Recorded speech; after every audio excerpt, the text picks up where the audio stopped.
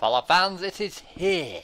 I have watched the first 2 episodes of Fallout, and let me tell you, it's good.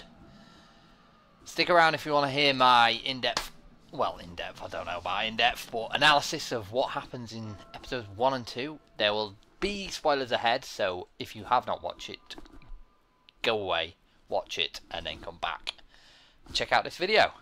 Roll VT.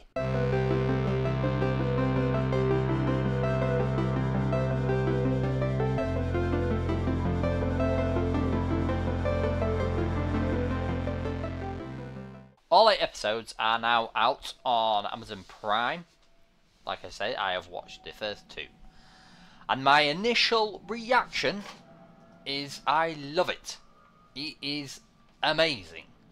I've had to tear myself away to record this video before I then continue to watch the rest of the series.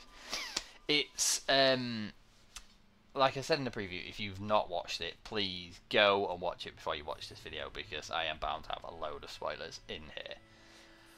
The little Easter eggs that are just strewn throughout this series, at least in its first 2 episodes, is incredible. It's almost like every 10-20 seconds you're seeing something that you notice from the game. You're like, oh, I know that, oh, I know that. Like the opening sequence where we see Walton Goggins' character with his daughter at this birthday party. Obviously, pre-explosions, you've got like the TVs that's from the games, and the camera that the guy's using is obviously the same cameras that you scrap in Fallout 4. And then on the TV, you've got stuff like when they come in, you see the adverts for the Nuka-Cola and the sugar bombs, and then they fall on the Grognak the Barbarian cartoon series, which obviously the comic books that you pick up in the game are about. And just the Easter eggs, yeah, they just continue to flow as the series goes on and on. It's yeah, it's very much a love letter to Fallout fans. From what I noticed, the acting feels really good. Really, the casting of the main characters and all the cast that I've seen so far is really top draw. The performances are great. Ella Purnell embodies Lucy very well, and she really captures that naivety of the Vault Dweller going out into this wide open wilderness amazingly well. And the Maximus, the Brotherhood of Steel guy, who's obviously, he's been rescued by the Brotherhood of Steel previously. He plays the sort of, it's obvious that he really wants to help, but a lot of these Brotherhood of Steel aren't like that. They're knobheads, really, essentially, but he's definitely signed up for and is wanting to just get out there and help the Wasteland in any way that he can, which you see in the first 2 episodes clearly. So it obviously starts, and the start of it, especially I think the first sequence, the pre-war part, and the bit with Lucy in the vault before it all goes wrong.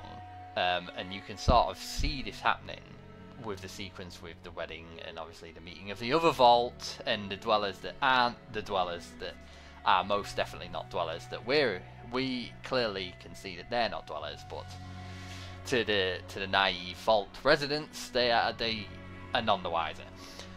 This whole starting sequence before the nuclear explosions, and then this in the vault, you're following Lucy through this, that she's having this an interview for a marriage certificate to get married to this other vault guy. This whole section and sequence just feels very much like the start of any of the Fallout games that I've played, like 3 and 4. It sort of has that feel where you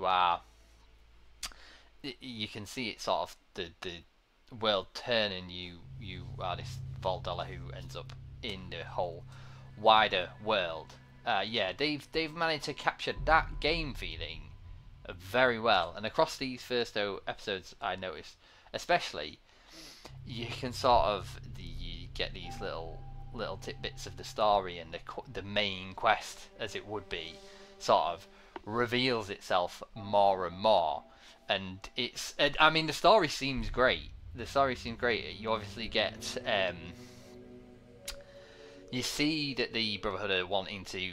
There's a big bounty on this guy, and there's an image come through. So these knights appear at Maximus's training center, and they're all getting tasked to go off and find this guy. And then when we get introduced to the ghoul later down the line, who seems to be kept in a grave, which it's obscure, but I love it.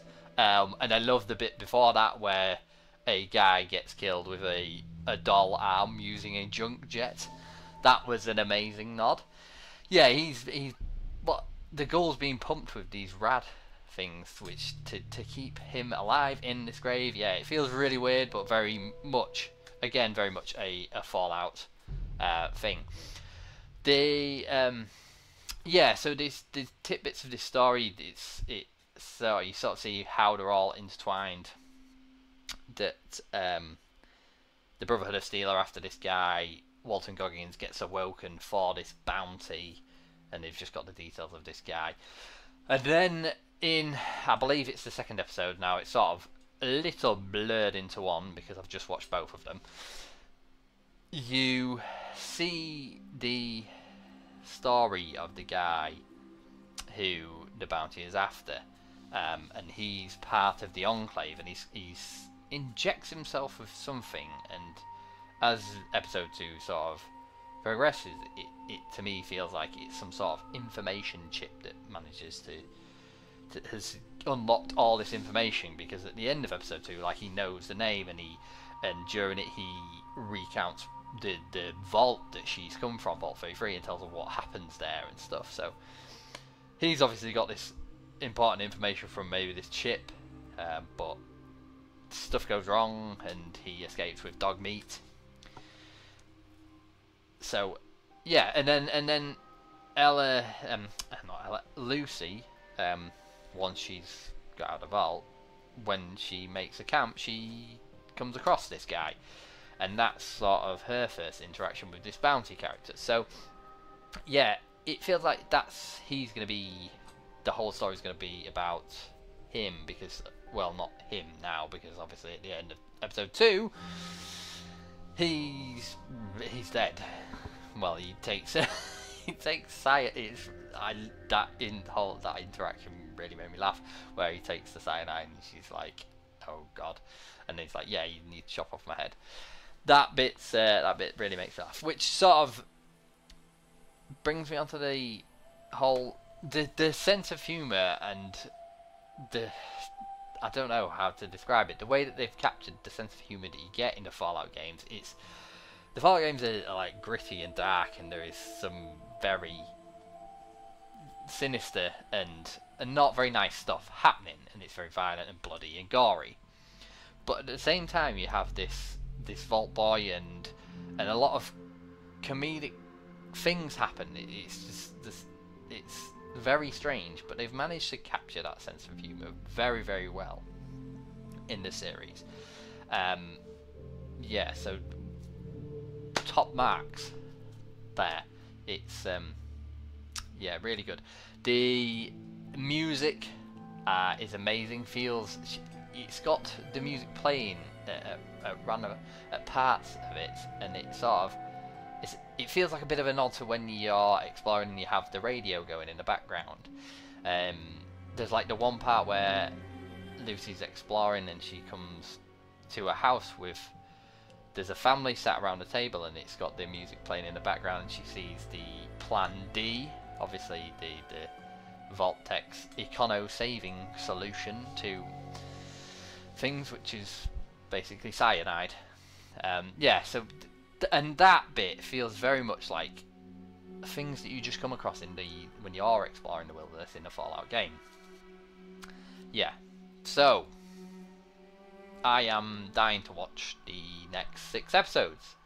And I think what I'll do, I will watch 2 more, come back with another video about my reaction and review, and then I think what I would love to do once I've watched all of it, and I know Gaz probably would love to as well, is go through and try and pull out all the Easter eggs that we can find relating to the game, because there are so many.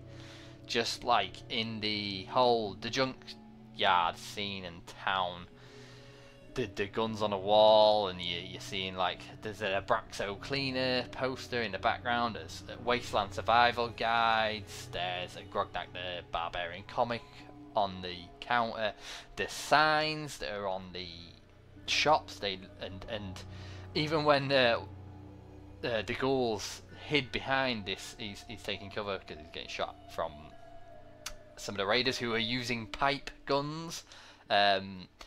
He's hidden behind like a clothing stand, which looks like the clothing stands that you make in Fallout 4.